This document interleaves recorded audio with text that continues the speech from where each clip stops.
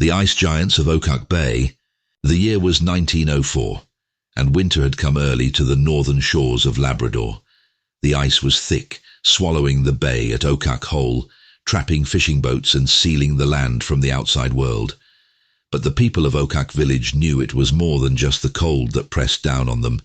There were whispers, old stories they had not dared to speak aloud in years, stories of the ice giants. It started with the disappearances.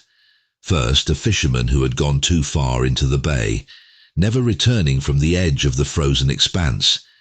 His boat was found days later, crushed and empty, as though something immense had grabbed it from below and dragged it down.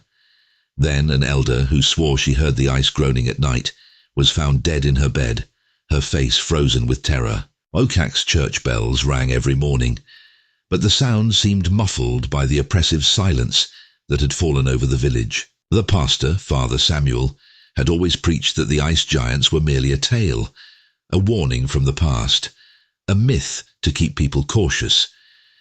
But even he was beginning to doubt. He had seen things, shapes moving far out on the ice when he walked the shores in the early twilight, figures too tall and too broad to be human. And at night he heard whispers carried by the wind, low, guttural moans that seemed to come from beneath the frozen waters. As the village was gripped by fear, a young hunter named Ituak, one of the last to still brave the ice, ventured into the wilderness to find answers. Ituak was no stranger to the stories of the ice giants. His grandmother had told him that the giants were once protectors of the land, frozen in eternal slumber, but that if the balance of nature was disturbed, they would awaken, vengeful and unmerciful. Ituak's journey led him far beyond the village, past the jagged ice cliffs and deep into the frozen wilderness of Okak Bay. There, amid the towering ice formations, he found something he had never expected. Standing before him were the shapes of giants, massive humanoid figures frozen mid-stride as if caught between worlds. Their eyes were hollow, dark, but their expressions were twisted in agony. As he stood there, the wind seemed to shift and the ice groaned beneath him. He heard it then, a voice deep and ancient, rumbling through the bay like the sound of the earth splitting. "You have woken us," it said. "and now we rise." Ituak ran back to the village, his breath catching in his throat, but it was already too late. The night sky darkened, the stars swallowed by a heavy, suffocating mist. The villagers gathered in the church, their prayers drowned by the sound of cracking ice outside. Father Samuel led them in desperate pleas to God, but even he knew that no prayer could stop what was coming. In the distance they saw it, the first of the giants moving, its massive body breaking free from the ice, towering high above the land. Its footsteps shook the ground, and as it moved, more followed, breaking through the surface of the bay like gods of old, forgotten and furious. The village was lost within hours. The giants moved silently, their enormous hands sweeping across the land, crushing buildings, tearing the earth apart. No one who saw them survived to tell the full story.